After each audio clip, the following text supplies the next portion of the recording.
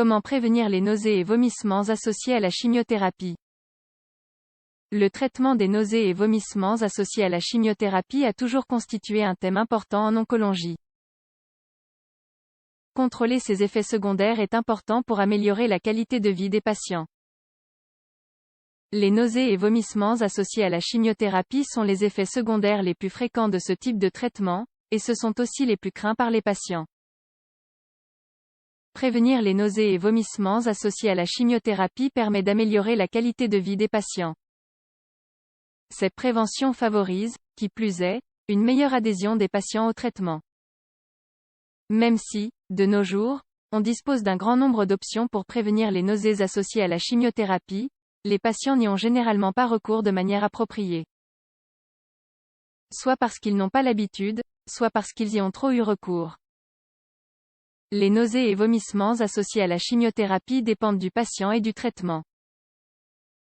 Ces deux facteurs de risque influent sur la présence et l'intensité de ces effets secondaires.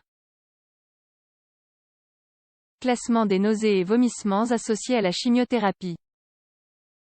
Nous pouvons classer les vomissements associés à la chimiothérapie en fonction du moment où le patient présente ses symptômes. Vomissements aigus. Les vomissements aigus sont ceux qui se produisent dans les 24 heures qui suivent l'administration de la chimiothérapie. Vomissements tardifs. Les nausées et vomissements tardifs apparaissent au-delà des 24 heures qui suivent l'administration du traitement et peuvent persister pendant 6 à 7 jours. Le cisplatine est le médicament chimiothérapique le plus fréquemment à l'origine de cet effet secondaire vomissement d'anticipation. En général, ces vomissements commencent dans les 24 heures qui suivent l'administration de la chimiothérapie. Après le 3e ou 4e cycle, on estime qu'entre 20% et 40% des patients souffrent de vomissements d'anticipation. Prévention et traitement des nausées et vomissements associés à la chimiothérapie. Les mesures de prévention et de traitement varient en fonction du type de vomissement que provoque le médicament chimiothérapique. Les vomissements aigus. Pendant de nombreuses années, les principaux agents médicamenteux pour prévenir et traiter les nausées et vomissements aigus étaient les antagonistes dopaminergiques, les antihistaminiques, les corticostéroïdes, les cannabinoïdes et les benzodiazépines. Bien que ces agents offrent un certain degré d'efficacité, ils peuvent également provoquer des effets secondaires considérables. Depuis l'apparition des antagonistes des récepteurs de sérotonine, on dispose d'une nouvelle classe d'agents plus efficaces et dont les effets secondaires sont moins fréquents et sévères. À des doses équivalentes, les 4 antagonistes 5-HT3 existants, ondansetron, granisetron, dolasetron et tropisetron, sont tout aussi efficaces pour prévenir les vomissements induits par la chimiothérapie modérée ou fortement émétisante. Le choix de l'antagoniste doit reposer sur la disponibilité, la convenance, le coût et le profil des effets secondaires. Les vomissements tardifs. Les vomissements tardifs sont généralement plus difficiles à traiter que les vomissements aigus. Il faut prendre en considération le fait que cet effet secondaire apparaît généralement lorsque le patient est de retour chez lui. Les possibilités de contrôle sont alors moindres. L'impact personnel et familial sont d'ailleurs considérables. Pour ces raisons, si le risque de vomissement tardif est présent, il faut expliquer aux patients comment avoir correctement recours aux médicaments antiémétiques.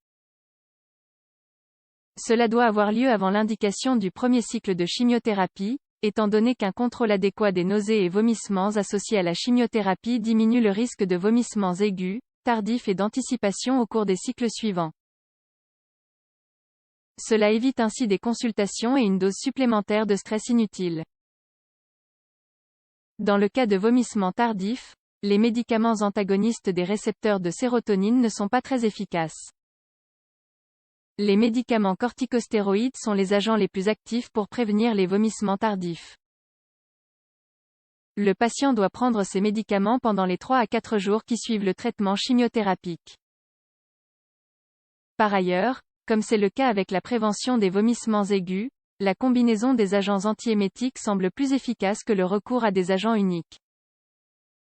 Les antagonistes 5-HT3 seraient indiqués en tant que traitement de seconde ligne lorsque la combinaison citée ne permet pas de contrôler suffisamment bien les effets secondaires. Les vomissements d'anticipation. Le meilleur moyen de prévenir les vomissements d'anticipation est de contrôler les vomissements aigus et tardifs. Si cet effet secondaire apparaît, la thérapie comportementale peut s'avérer efficace. En somme, l'objectif de tout traitement antiémétique est de prévenir complètement l'apparition des nausées et vomissements associés à la chimiothérapie. Cela améliore considérablement la qualité de vie des patients oncologiques pendant leur internement ou une fois chez eux. Malheureusement, malgré les avancées observées au cours des 20 dernières années, cet objectif est difficile à atteindre. Comme commenté précédemment, les nausées continuent d'être un effet secondaire fréquent et préoccupant chez les patients qui suivent une chimiothérapie.